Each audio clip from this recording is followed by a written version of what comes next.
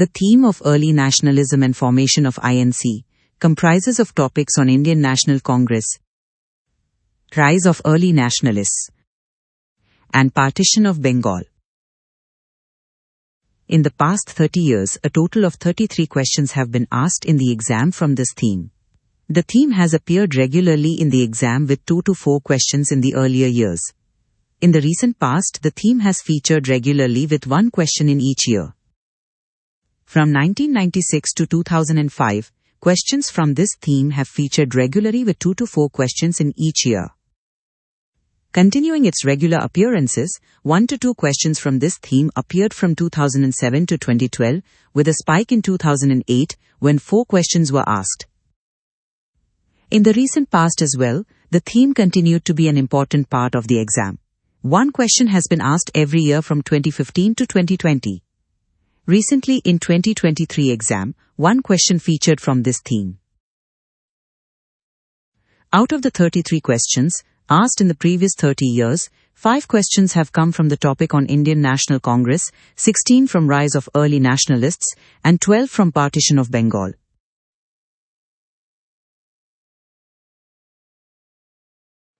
Hello and welcome to this session. In this session, we have to assess nationalism between 1857 and 1915. Now, when we talk about these 2 dates itself, 1857 to 1915, which is Revolt of 1857, when Crown rule is inaugurated, Company rule ends, is a very important moment in colonial history as it is. And 1915 is the year when Gandhi comes back, and this is basically the rise of Gandhian nationalism. Now, this period is called categorically what we today call as Early Nationalism. Now, I can further divide this into 2 to 3 different phases, which is from 1860 to 1880, we call it the period of the pre-INC, where political consciousness is rising first in pressure groups, but thereafter in regional groups, for example, the Pune Sarjanik Sabha or the Madras Mahajan Sabha. Regional political structures are coming through where regional demands are being now pushed to the British. The culmination of this phase is in 1885 with the formation of the INC itself. INC is the culmination of the rise of political consciousness between these 20 years, and therein lies a very important channel which has been created between the people, though quite elitist at this point of time, with the British, which is the INC. Thereafter, from 1885 to 1905, we see what is called as the moderate phase of Indian nationalism, and this is where the moderates protected Indian nationalism. Ma'am has already discussed how to assess the roles of the moderate when it comes to the mains perspective itself. Their role itself is quite important, not just in putting forward the demand itself, but also in understanding that because nationalism is in its infant stage, it needed to be protected from the watchful eyes of the British. Therefore, they did not have radicalism. The 3 P's, protest, prayer, and what we call as petitioning, is considered to be very conservative. But as ma'am has already taught you in the last video, they also achieved quite a lot. Though they are considered to be useless in the larger scheme of things, without moderates, there cannot be extremists. You have to understand this point. You yourself have got, when you negotiate with your parents, when you negotiate with your different forms of relationships, you would know you go from a moderate phase to an extremist phase. First, you are going to petition. First, you are going to do prayer. Then thereafter, you will try to gain some concessions. Only when moderate understanding, moderate methodology does not work, you go to extremist phase. Same way, Indian nationalism also wanted to and needed to be in this phase where it tried to negotiate with the government, it tried to negotiate with the British. There was no real, you can say, outcome, because 1892 Indian Council Act itself gave nothing to the Indians whatsoever. But the idea is moderates are important not just for their achievements, but also because they protected Indian nationalism in a very critical phase where crushing it would have been very, very easy for the British. Because of the efforts of the moderates, we then see from 1905 to 1915 what is called as the extremist phase, wherein you have already studied in the chapter and the courseware the Swadeshi movement. Swadeshi movement is where the people abandoned. Swadeshi itself also went through a moderate phase and then into the Swadeshi phase itself. Swadeshi was the point where moderates have already done their job. Moderate nationalism was not needed, though there was a lot of inertia. There will be the Surat split because of that. But moderates had now fulfilled their historical role, and now they've gone into a phase where Lal Bal Pal are now going to become very, very important. And the extremists will now traverse from 1905 to 1915 till the advent of Gandhi, where we will see the rise of what is called as popular nationalism and what we today call as Gandhian nationalism. Though pure popular nationalism comes only after 1940, but Gandhian phase is when the popular character is added to nationalism itself. So the period between 1857 to 1915, we have pre-INC, INC, moderates, extremists. How we assess this is infancy stage, adolescent stage. Under Gandhi, nationalism will mature. And therefore, this phase is equally important because negotiating with the British, then not agreeing with the British, then doing revolutionary activities was equally important in the larger scheme of things. So you have to understand something, that this phase could not have been skipped. Only when Gandhi came back, the basic foundation was already there. We had already tried moderate politics. We had already tried what is called as extremist forms of politics through the INC itself. So when it comes to the examination and when they ask you in the mains perspective that how do you assess this period? The moderates, yes, did not achieve a lot, but did also achieve in the form of getting whatever concessions they were able to get in the form of Indianization of the ICS itself. But moderates protected nationalism at a stage when it could have died out very quickly. Extremists then were the youthful phase, that adolescent phase of nationalism, where they tried to now take the British by the collar. And Swadeshi movement is where the whole nature of nationalism changes. Boycott now becomes a very important concept. We started to hit them where it hurt the most, which is economic. And all of this is what Gandhi is going to use to take nationalism to the next phase, which is popular nationalism, adding the peasant and the worker and making it truly popular, what we call as mass nationalism in that regard. So I hope now you will be able to write a good answer, because I'm trying to create a certain understanding in your mind that these are in a way interconnected to one another, logically linked to one another, and logical culminations to each of these phases. This phase culminates in INC, this phase culminates in Gandhi. So I hope you now have a nuanced understanding on how to assess this period and you will write good answers. Thank you. Take care. I'll see you in the next video. Bye-bye.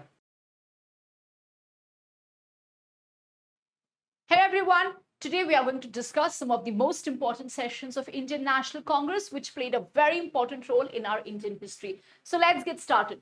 So the first important session is 1885. In the year 1885, Indian National Congress was formed. The first session happened in Bombay under the presidency of W.C. Banerjee. Next very important session is 1887. Now, 1887 is a very important session. This session happened in Madras.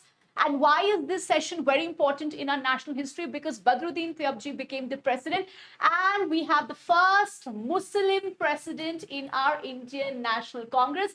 And that is why this session is one of the most important sessions. Next is 1888. This session happened in Allahabad, also known as Prayagraj. And this session was headed by George Yule. And why is this session important? Because he was the first English president.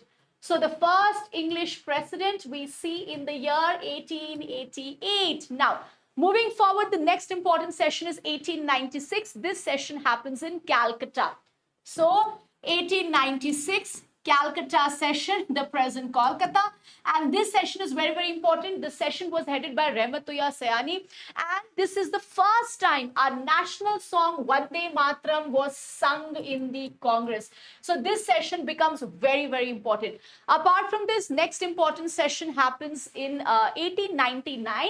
And this session happens in Lucknow. And the president of this session was R.C. Dutt. And why is this session very, very important? Because there was this formal fixation of land revenue.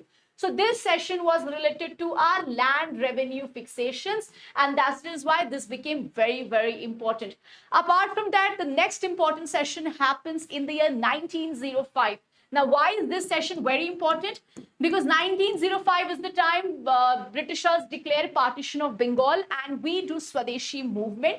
And in this 1905 session, which happened in Banaras, Gopal Krishna Gokhale was the president, and here we passed our Swadeshi resolution. You know, we said, okay, if Britishers are not withdrawing the partition, we will make sure that we start our Swadeshi movement. So the proclamation of Swadeshi actually happened in the year 1905 session, happened in Banaras. Now, next important session happens in the year 1906, and this is the Calcutta session, the present Kolkata, and this session was headed by Dadabhai Naoroji. And why is this session very important? Because for the first time, the word Swaraj as our goal was specially discussed in this 1906 session.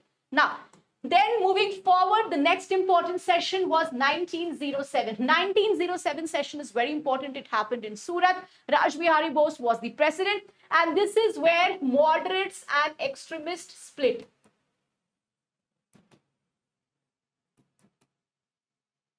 Now, next important session happens in 1911. 1911 session specifically happens in Calcutta, the present Kolkata. B.N. Dhar is the president, and this session is very important because for the first time, our national anthem Jan Gan Man was specifically sung in this Congress session. Next important session happens in the year 1916.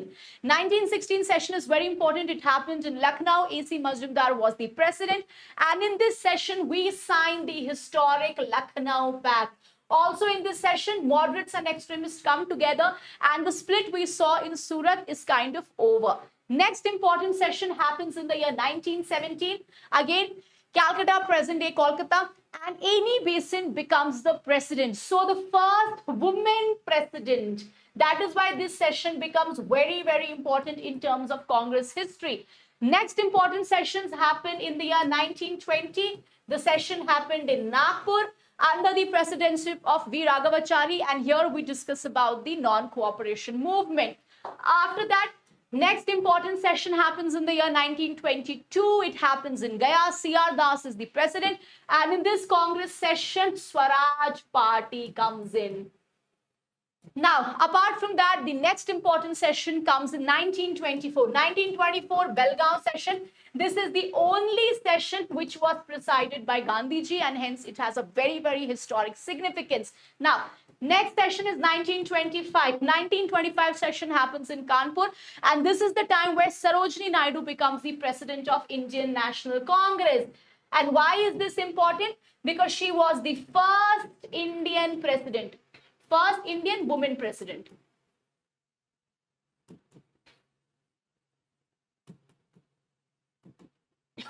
Okay, now, apart from 1925, next important and the most historic session is 1929. 1929 Lahore session, which is presided by Jawaharlal Nehru. This is the first time where we say, okay, you know, we are boycotting the Round Table Conference. At the same time, we declared Purna Swaraj, or complete independence, as our goal. 1931, a very historic Karachi session, and this Karachi session was headed by Vallabhbhai Patel. And in this Karachi session, we endorse the Gandhi-Irwin Pact. At the same time, we bring out our national resolution and the basic economic program. Apart from this, when we move forward, we have some other important Congress sessions as well. Now, the Congress sessions of 1938 and 1939, these sessions are very important because first, this is Haripura Tripuri session where Subhash Chandra Bose was elected as the president, and we can see the difference in ideologies of Subhash Chandra Bose and Mahatma Gandhi. Eventually, Subhash Chandra Bose resigns and Rajendra Prasad becomes the president. Then comes 1940 session.